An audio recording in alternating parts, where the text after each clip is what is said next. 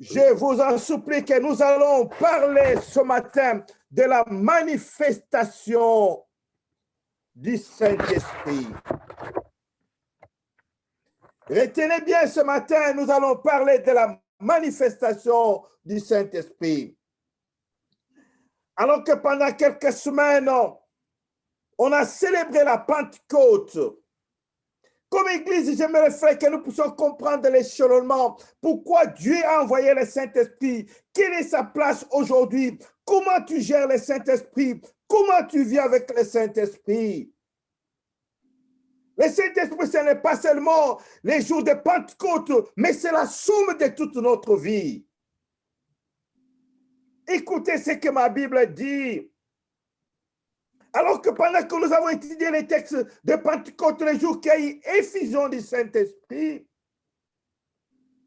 et le dimanche passé, j'ai parlé que le Saint-Esprit doit être l'affaire de notre vie courante. Le reste de notre vie, nous avons besoin du Saint-Esprit pour nous conseiller, pour nous avertir, pour nous enseigner. Toute notre vie, nous devons dépendre du Saint-Esprit. Alors, la plus grande question de l'Église est cette question, je vous dis, frère, il y a la malice de l'ennemi qui est cachée derrière. Il y a la dose d'incrédulité dans le cœur des uns des autres. Le diable a trompé autant d'enfants de Dieu au point que le Saint-Esprit s'est tu dans la vie des gens. Je vais vous montrer qu'il n'y a pas le salut sans le Saint-Esprit. C'est à vous de décider, êtes-vous sauvé? Si réellement tu es sauvé, en toi, il y a le brin du Saint-Esprit. Mais comment il se manifeste-t-il? Voilà, dans peu de minutes, ce que je vais s'aimer dans votre cœur. C'est que j'aimerais que tu comprennes que tu as la puissance, tu as la présence de l'Esprit du Seigneur. Le Paraclet, c'est la fille une promesse. Je répandrai mon esprit sur toute chair. L'Esprit du Seigneur est sur moi, car il m'a oint. Quand je dis que je lisais cela, à la fin de la lecture, il déclare que cette parole est accomplie. Depuis les jours de Pentecôte, la promesse de Joël s'est accomplie. L'Église, écoutez, frères, ne vivons pas comme les hommes sans le Saint-Esprit. Je parle de la manifestation du Saint-Esprit. Est-ce que les jours de Pentecôte, c'était la première expérience que les disciples ont eue avec le Saint-Esprit? J'aimerais dire non d'emblée. C'est là où il y a les pièges de l'ennemi. Frère, il n'y a pas le salut sans le Saint-Esprit. Écoutez le merveilleux passage biblique qu'on venait de lire avec vous. J'aimerais qu'on revienne là-dessus. Le dernier texte que notre frère lisait, je suis dans le livre de Jean, au chapitre 20, à partir du 19e verset. Voilà le scénario, ce qui s'est passé. Jésus, le Sauveur, le faiseur de miracles, celui qui a multiplié le pain. Écoutez, quand la Bible décrit la vie de Jésus, la Bible dit ceci au sujet de notre Seigneur. Écoutez, la Bible dit que Jésus-Christ, allant de lieu en lieu, faisant du bien et guérissant les malades. Vous avez entendu ça? C'est ça ce qu'a été la vie du Seigneur. Toute sa vie, il était là, allant de lieu en lieu. Jésus a fait du bien aux gens. Frère, écoutez-moi, le bienfait ne garantit pas notre sécurité vis-à-vis des hommes. Les hommes restent des hommes. Jésus a fait du bien. Jésus a délivré les hommes de leur maladie. C'est Jésus que vous entendez parler. De son vivant, il a ramené des morts à la vie. Jésus a créé la joie dans la vie des gens, dans la vie des sociétés, dans la vie des hommes et des femmes. Jésus a fait du bien. Mais le cœur de l'homme qui peut les connaître, il est torturé. Ne te fais pas du mal à cause de l'ingratitude des gens. Non, ils ont été comme ça. N'arrête pas, ne cesse pas de faire le bien parce que tu as été dessus. Continue à faire le bien. C'est cela que Dieu nous appelle, frères et sœurs. N'attendons pas de l'homme la gratitude.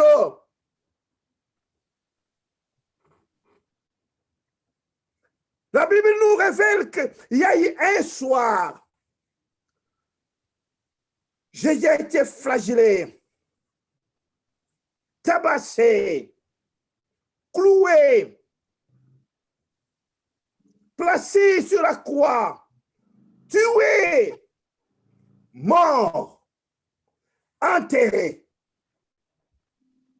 Viens les textes qu'on est en train de lire avec vous. Jésus est ressuscité. Ses propres disciples même ne croient même pas ça. Quelques-uns.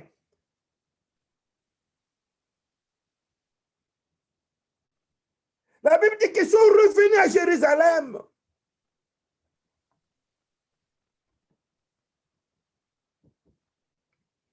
Et la Bible dit qu'ils se sont enfermés dans une salle.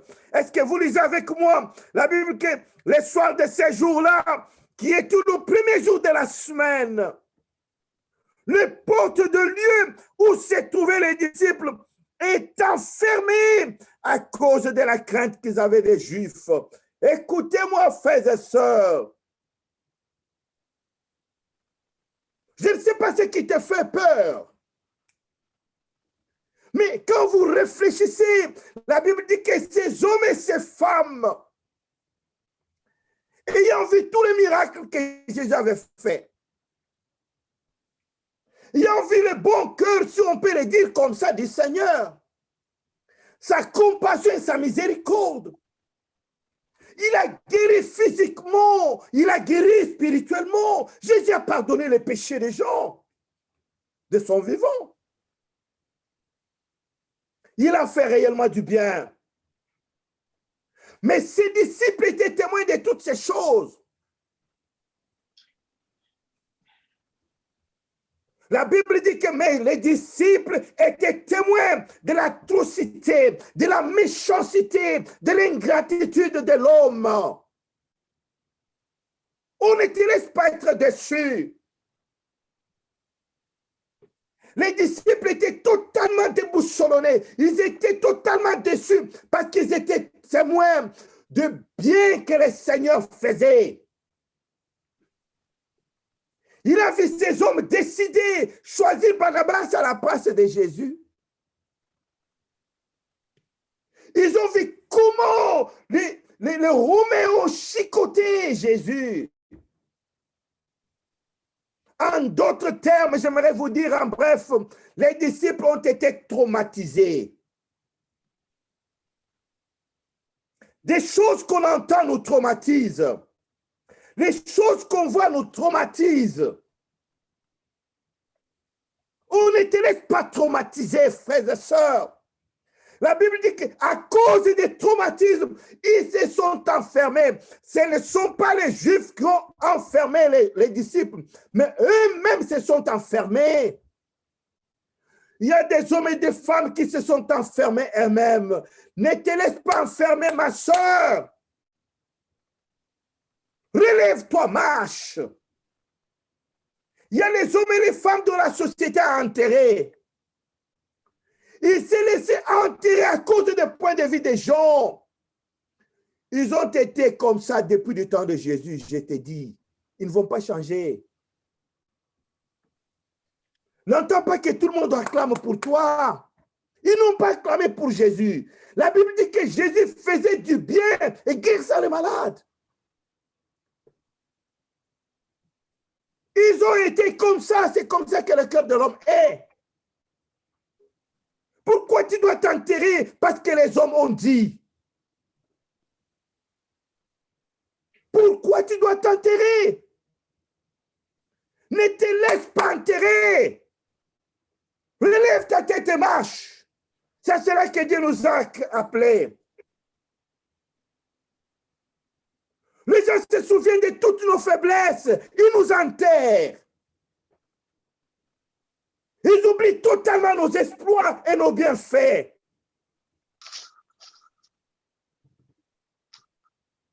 Je ne vais pas dédouaner ceux qui font le mal, mais si Dieu t'a pardonné et tu es debout, marche.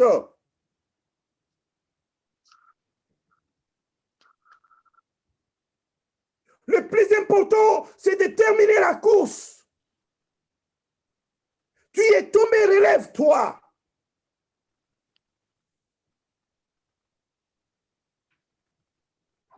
Je me rappelle, il y a des années, il y a eu les Jeux olympiques où il y avait un athlète congolais, mais qui n'avait pas de bons souliers.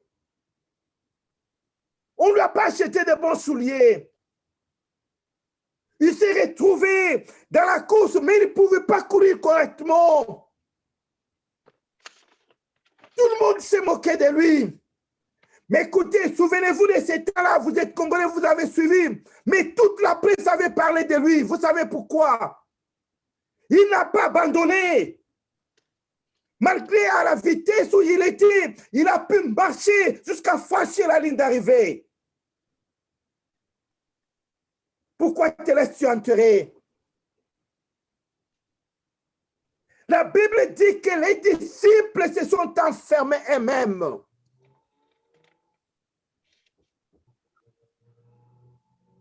À cause de la peur, à cause de la crainte. Mais les choses qu'ils ont vu faire sur Jésus, ils ont été traumatisés, tout simplement traumatisés. Traumatisés. Y a-t-il un homme, une femme dont la vie a traumatisé? Y a-t-il un homme, une femme dont les justices des hommes t'ont traumatisé?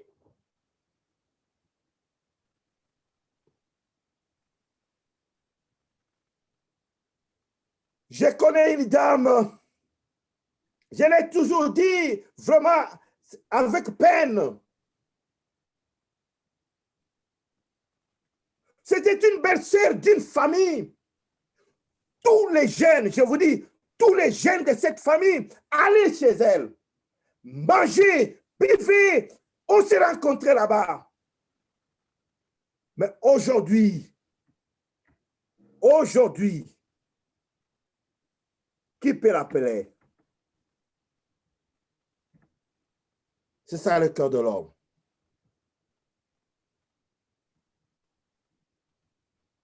Il y a quelques années, j'ai parlé avec elle, mais j'ai écouté combien la déception, si la vie était à recommencer.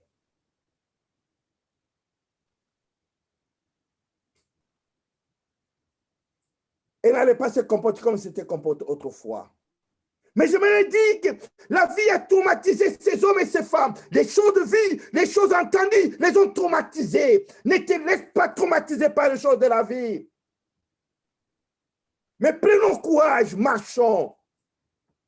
La Bible dit que les disciples étaient enfermés. Ils ont été traumatisés à cause des choses qu'ils ont vues, qu'ils ont entendues. La Bible dit qu'ils ont eu la crainte des Juifs.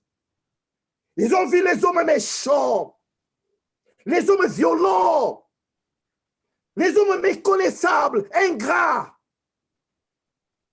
Est-ce que Jésus ne les a pas guéris? Est-ce que Jésus ne les a pas nourris? Qu'est-ce que Jésus n'a pas fait pour ce peuple? Mais ils ont choisi Barnabas. Et ces choses ont traumatisé les disciples. Et la Bible dit qu'après ça, Jésus s'est présenté au milieu de... Écoutez-moi, frère, je vais vous dire quelque chose de merveilleux ce matin.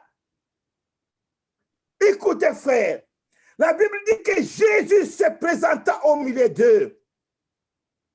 Ils ont vu Jésus, mais ils ont vu un homme qui a été traumatisé, un homme qui a été tabassé, humilié, cloué à la croix, enterré, mort, ressuscité, la puissance qui l'a ramené de la mort à la vie.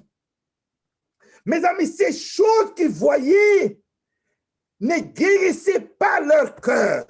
La crainte habite au-dedans de nous. Les choses qu'ils ont vues ont influencé leur dedans au point que la crainte s'est installée au-dedans d'eux. Et la Bible dit que Jésus s'est présenté au-devant d'eux. Jésus, voyant que c'est un peuple traumatisé, Jésus déclare que la paix soit avec vous. Que ce matin, je le déclare comme le Seigneur, que la paix de Dieu soit avec vous. Amen. Que rien ne vous traumatise. Quelle que soit la grandeur du traumatisme, que la paix de Dieu soit avec vous. Amen. Que la paix de Dieu nous rassure. Que la paix de Dieu nous garde. Et Jésus réclame la paix de Dieu.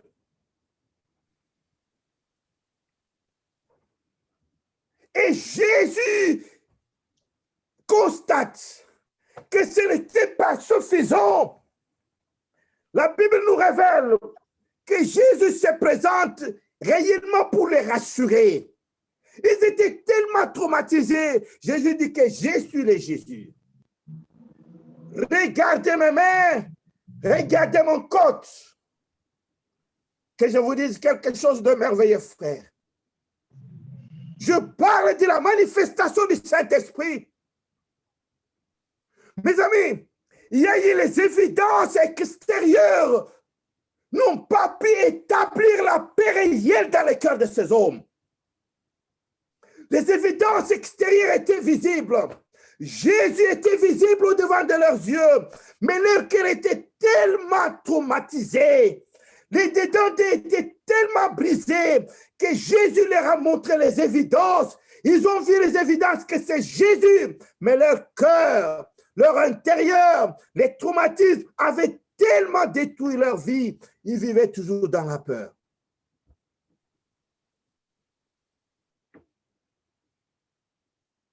La présence du Seigneur.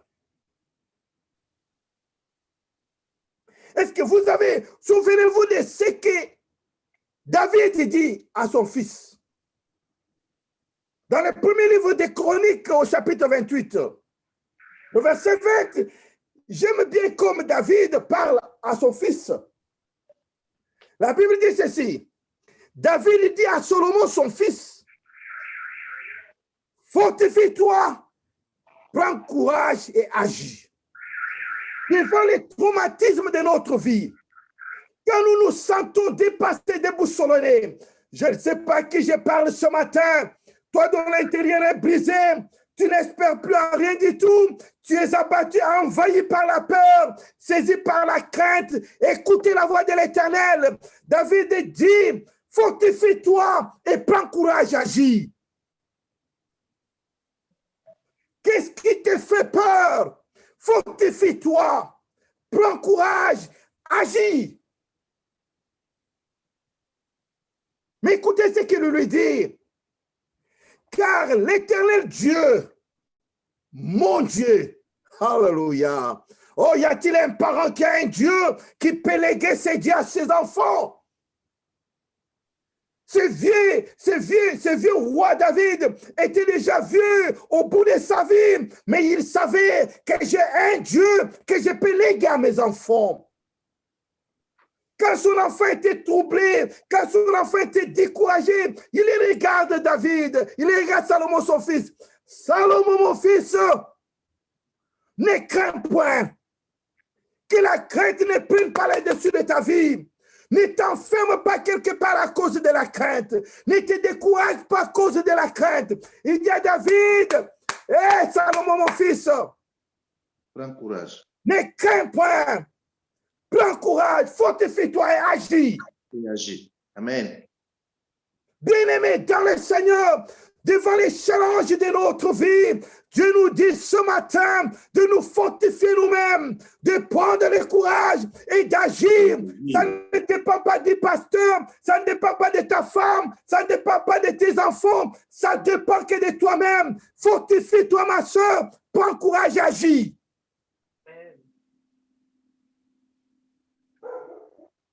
Et David regarde son enfant. Il dit, mon enfant, ne crains pas, car l'Éternel Dieu, Mon Dieu. j'aime bien comme il dit, l'Éternel Dieu est mon Dieu, sera Amen. avec toi. Si toi, mon enfant, tu n'as pas un Dieu, moi, ton père, j'ai un Dieu, que mon Dieu te fortifie. Amen. Qu'un parent dise ça à ses enfants, que les enfants entendent de nous, si moi je n'ai pas un Dieu, mon père a un Dieu. Je l'ai toujours dit à mes enfants, quand tout sera noir, difficile, quand vous n'aurez pas la foi, crois que moi j'ai offert toute ma jeunesse pour servir un Dieu. Invoque mon Dieu, il vous secourira. Amen. Amen. Amen. Même quand je ne serai pas sur cette terre des hommes, j'ai placé en eux que j'ai un Dieu. Amen. David regarde son enfant, il voit l'enfant à peur, il dit que mon fils, l'Éternel est avec toi, mais mon Dieu est avec toi. Il ne te délaissera point, il ne t'abandonnera point, jusqu'à ce que l'ouvrage soit terminé. Mais au sujet des disciples dans cette salle, ils étaient devant Dieu. Celui qui a été à la croix, ils étaient devant Dieu.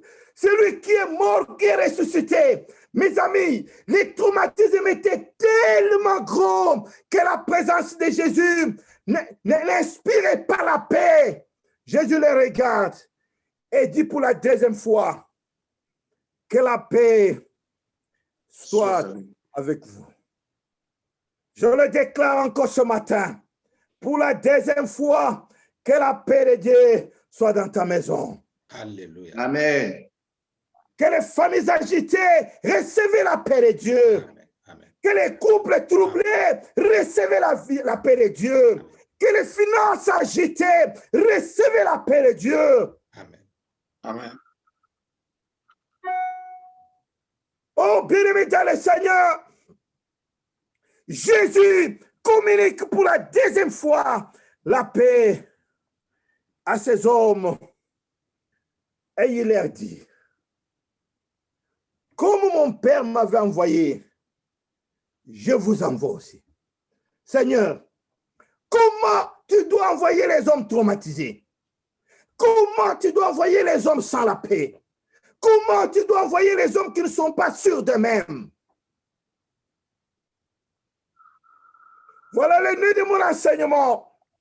Au verset 22, Jésus fait ce qu'il devait faire, ce qui devait guérir l'intérieur, ce qui est capable de briser la crainte, ce qui est capable de restaurer la paix, ce qui est capable de recréer l'intérieur. Seul l'Esprit de Dieu. Amen. C'est les évidences que Jésus a montrées. Il leur a montré sa main, il a montré ses côtes, n'ont pas donné la paix. La présence physique du Seigneur n'ont pas donné la paix. Mais Jésus a fait recours à l'autorité suprême, à la puissance qui a été prévue, à la puissance qui a été une promesse. Il dit que je vous enverrai la puissance qui vient d'en haut, le Saint-Esprit de Dieu. Amen. La Bible dit que Jésus a vu combien ils ont été traumatisés. Bien-aimés dans le Seigneur, devant les traumatismes de la vie, devant les challenges de la vie, Dieu ce matin, il veut souffler sur nous. Recevez le Saint-Esprit. Amen. Amen. C'est celui qui guérit l'intérieur. Les traumatismes n'est pas extérieur. Les traumatismes, c'est à l'intérieur de nous-mêmes. Dans le psychisme de notre pensée. Il n'y a que le Saint-Esprit de Dieu qui peut guérir les endroits comme ça. Là où les médecins ne peuvent ni voir ni comprendre. Ils peuvent voir que tu es stressé, mais comment guérir? Il n'y a que le Saint-Esprit de Dieu. Amen. Amen. La Bible dit que Jésus souffla. Recevez le Saint-Esprit. Wow! Quand il souffle, il reçoit le Saint-Esprit. Mes amis, lisez attentivement la Bible. C'est la première expérience, le premier contact des disciples avec le Saint-Esprit. Mais quand est-il arrivé les jours de Pentecôte? Ces hommes et ces femmes ne pouvaient pas servir Dieu. Ces hommes et ces femmes ne pouvaient pas appartenir au royaume sans le Saint-Esprit. J'aimerais dire à quiconque peut m'entendre ce matin, nous sommes nés de Dieu par la puissance du Saint-Esprit. Amen. Tous ces hommes enfermés par eux-mêmes, c'était la chair et le sang. Jésus voulait qu'ils puissent naître de l'Esprit. Et c'est ainsi qu'ils pouvaient recevoir la plénitude du Saint-Esprit. Mes amis, quand on parle de la plénitude, l'Esprit de Dieu était là, il a été déversé jusqu'à être plein. Ils étaient en contact de l'Esprit. Jésus souffle sur eux, recevez le Saint-Esprit.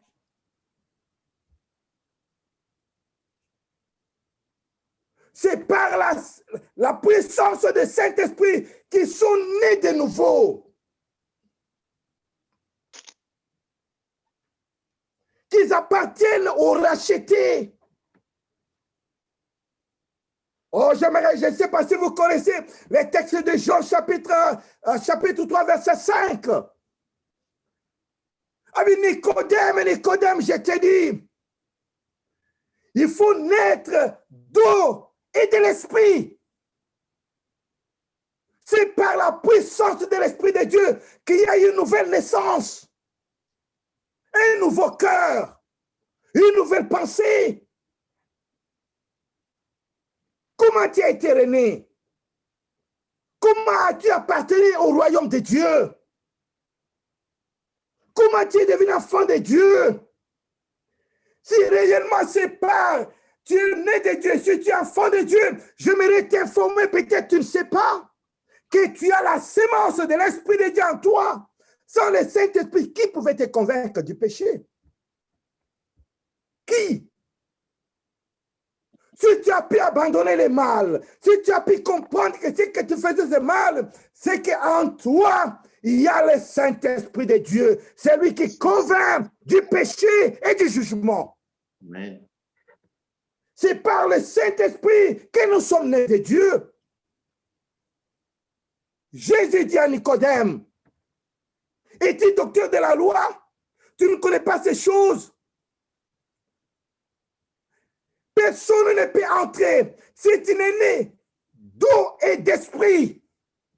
J'aime la conclusion du Seigneur. Il dit, ce qui est né de la chair est comment? Le Et chair. chair. Et ce qui est né de l'esprit est L'esprit. esprit. J'aimerais dire à ma soeur, mon frère, tu es de l'esprit. Amen. Parce que tu es né de Dieu.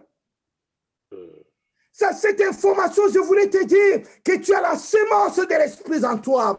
Mais le diable a détruit la vie des gens. Le diable a détruit l'espérance. Le diable a détruit la foi pour dire que non, tu n'as jamais pas la langue, tu n'as pas l'esprit.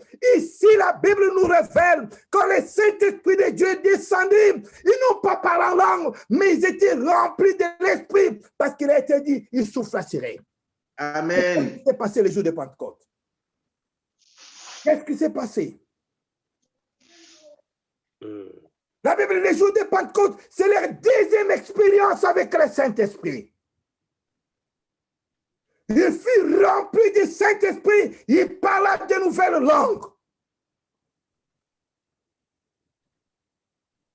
En toi, il y a la sémence de l'Esprit. Le Saint-Esprit de Dieu est en toi. Mais comment va-t-il se manifester? Écoutez, frère, avant que je termine, j'aimerais qu'on revienne à ce texte qu'on avait lu avec vous dans le livre des Corinthiens. Je ne sais pas si vous êtes là. Dans le deuxième livre des Corinthiens, notre frère nous a dit quelque chose de merveilleux. Écoutez ce que je lis juste pour vous. Vous connaissez toutes ces choses. La Bible dit au verset 4, il y a diversité de dons. C'est qu'il y a variété de dons. Ce n'est pas les dons de parler en langue seule. C'est un don important. Il nous fortifie quand on est faible dans la prière. C'est important de prier en langue. Quand on prie en langue, on nourrit son intérieur.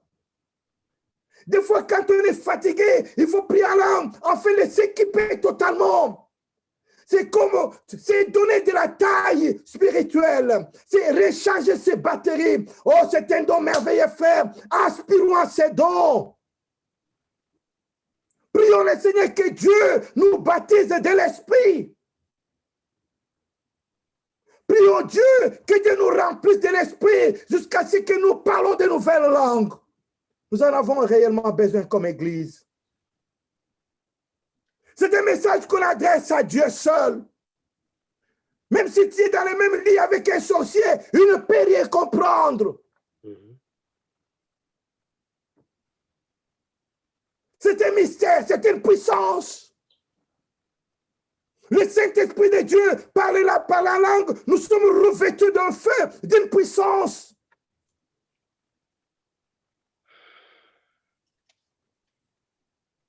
Mais la Bible nous dit, il y a diversité de dons, c'est qu'il y a variété de dons de l'Esprit.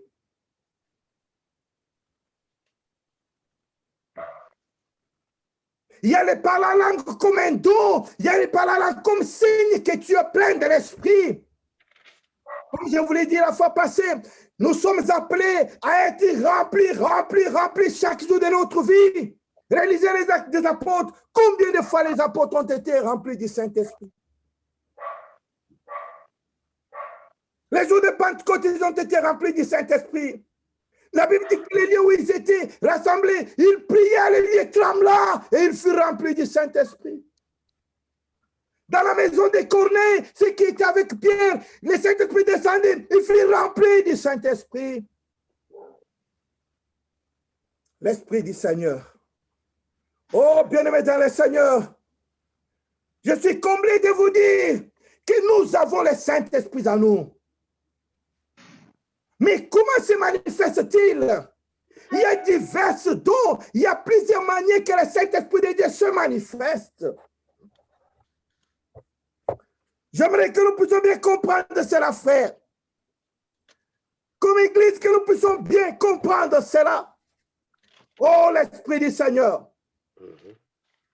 Bien-aimé, le Saint-Esprit, c'est la personne qui est en nous, mais des fois c'est une personne silencieuse. Mais comment savoir qu'il est là?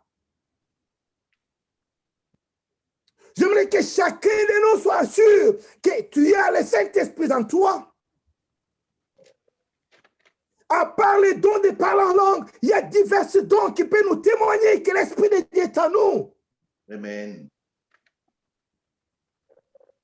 Il y a des choses que la chair et le sang ne peuvent pas faire. Ce n'est que par la puissance de l'Esprit. Mais tu fais ces choses.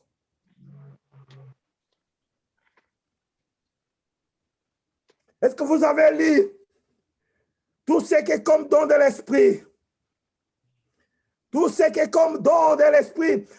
Le frère, quand il nous a lu, au chapitre 14, je vais lire pour vous rapidement. Le verset 26, la Bible, que faire donc, frère?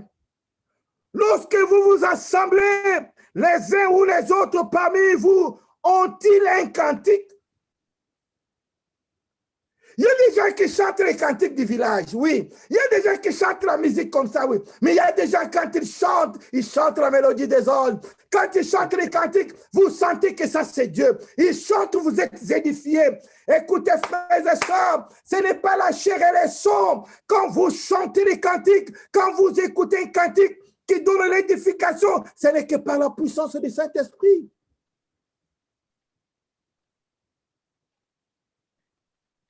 Y a-t-il un cantique? Tu chantes, tu es édifié, les gens sont édifiés, mais ça, ce n'est que par la puissance du Saint-Esprit. Édifier le cœur de quelqu'un ne relève pas de la chair et du sang.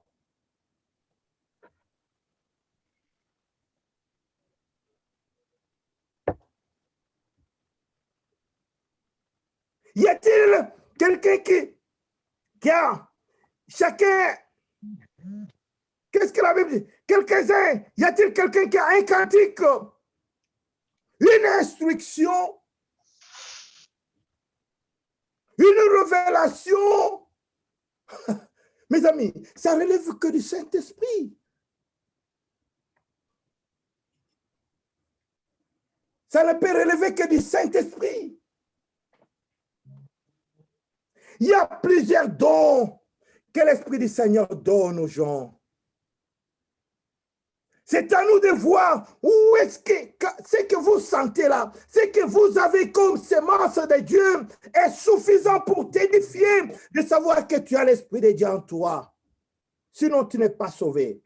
Pas du tout. Mais tu dois être sauvé comment? Comment?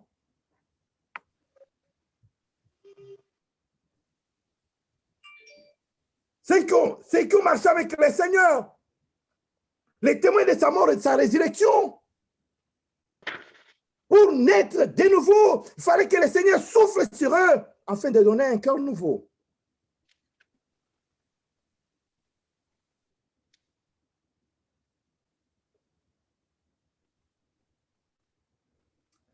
Ce matin, frères et sœurs, je voulais vous dire, la Bible dit au verset 7 du 12e chapitre, « Or, à chacun, la manifestation de l'Esprit est donnée pour l'utilité commune. » Il y a d'autres personnes qui ont le Saint-Esprit en eux, mais ça ne se manifeste pas parce que ça n'a pas l'intérêt. Ce n'est pas manifesté, ce n'est pas pour l'utilité commune. Oh, moi, je n'aime pas aller à l'église. Moi, j'ai pris seul à la maison. Tu éteins, tu étouffes les dons. Dieu ne donne pas les dons pour toi-même. Les dons sont donnés pour l'édification de l'église. Il y a des gens qui ont la sémence de Dieu. Il y a les autres, mes amis, par exemple, quand on parle de ces dons, de la prophétie, mais Dieu n'est pas un homme, Dieu n'est pas comme nous. Il y a des prophètes qui entendent la voix de Dieu. Il y a d'autres qui écoutent cette voix dans leur cœur. Il y a d'autres qui écoutent cela dans leur esprit. Mais il y a diversité de dons, mes amis. Dieu nous parle. Je parle avec une sœur au milieu de nous. Dieu me parle. Mais il ne sait pas comment parler. Parle. C'est pour l'édification de l'Église.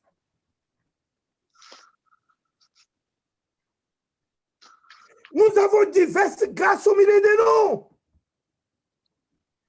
Il y a des choses que vous avez que tout le monde n'a pas. Il y a les gens qui ont un don de la libéralité, c'est un don. Un don de présider, de diriger.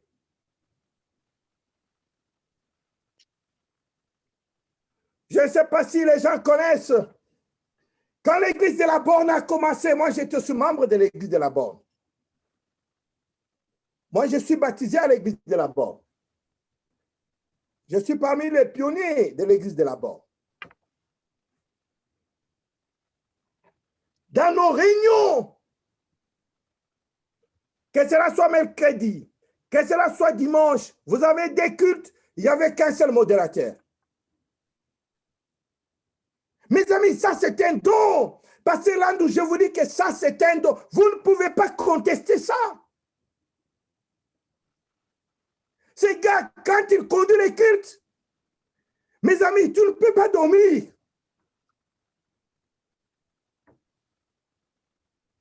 Les dons que Dieu donne, c'est pour l'édification. Même présider l'église, présider les cultes, diriger les autres, c'est un don.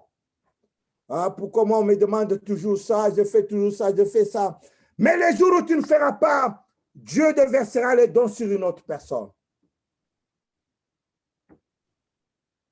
C'est là l'indépendance de Dieu. Dieu ne pas dit aux hommes.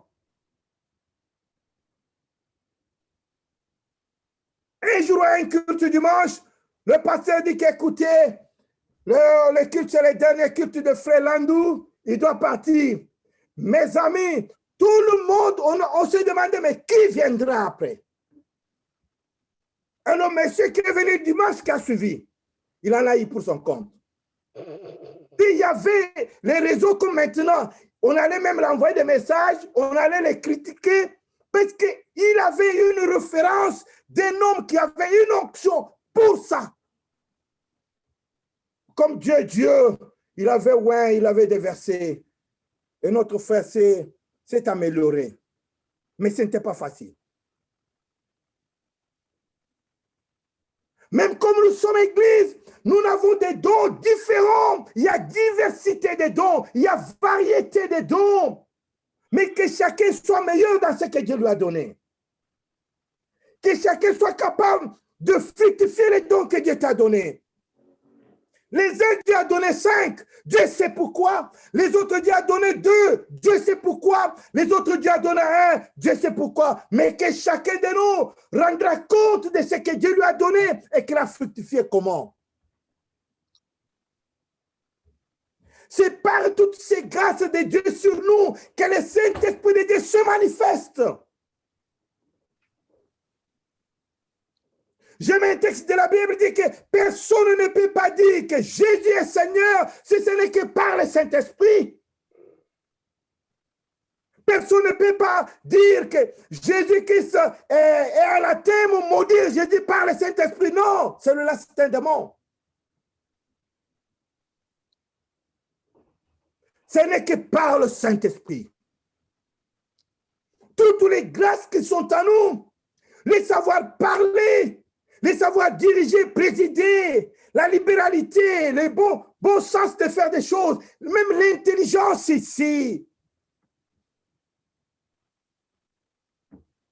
Dieu a donné de l'intelligence aux hommes afin de bâtir le tabernacle. Mais pourquoi Dieu n'a pas donné cette intelligence à Moïse qui était le leader?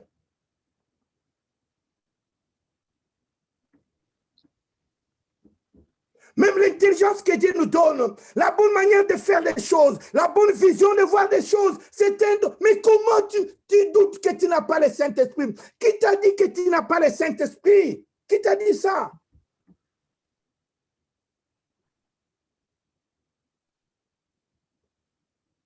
C'est un monsieur silencieux qui est au-dedans de nous, mais il se manifeste par des actes, le Saint-Esprit de Dieu.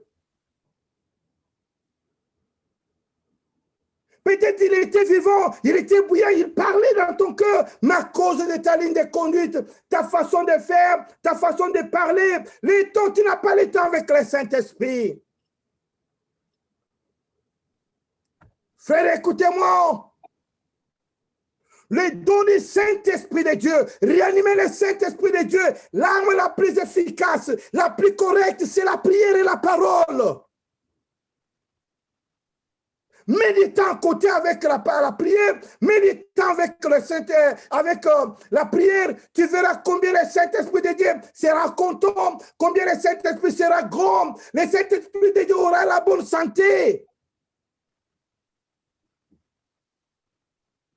C'est parce qu'il n'est pas nourri correctement. Est-ce que tu peux t'engager cette semaine? T'engager ce mois. Je dis que je vais nourrir le Saint-Esprit. Celui qui nourrit le Saint-Esprit par la prière et la parole, tu entendras combien le Saint-Esprit de Dieu est bon. Comment il peut te parler? Il peut te parler même des choses que tu trouves banales. Il peut t'avertir, te conseiller.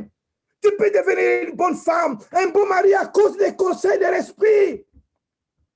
Tu n'as jamais écouté ta femme, tu n'as jamais écouté ton mari, mais quand tu mettras ce temps part pour la prière, tu sentiras combien l'Esprit du Seigneur est un bon conseiller. Et tu sentiras toi-même que j'ai l'Esprit de Dieu à moi. C'est le mensonge du diable de dire que tu n'as pas le Saint-Esprit. Écoutez, frère, si quelqu'un a cette conviction que tu n'as pas l'Esprit de Dieu, moi j'ajoute à ta conviction que tu ne quitteras pas la terre pour le ciel.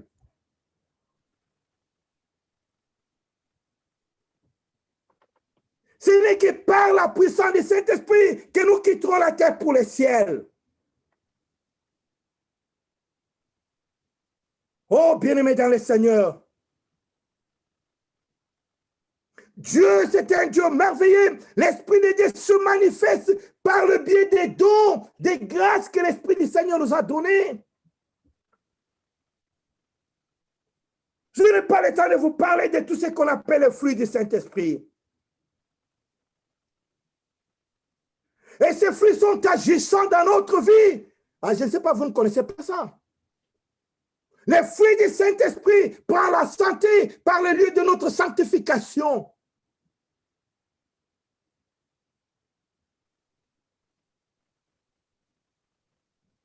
Que Dieu nous aide. Ce matin, Dieu nous aide, frères et sœurs. Je voudrais juste dire à l'Église que s'il y a un homme, une femme qui est sauvé, tu n'es pas sauvé parce que le pasteur t'a parlé, mais c'est parce que le paraclet de Dieu, l'enseignant, le Saint-Esprit, t'a convaincu. Ce n'est pas le témoignage des choses visibles. Les disciples ont vu Jésus. Les disciples ont entendu, Jésus les a bénis, a communiqué la paix.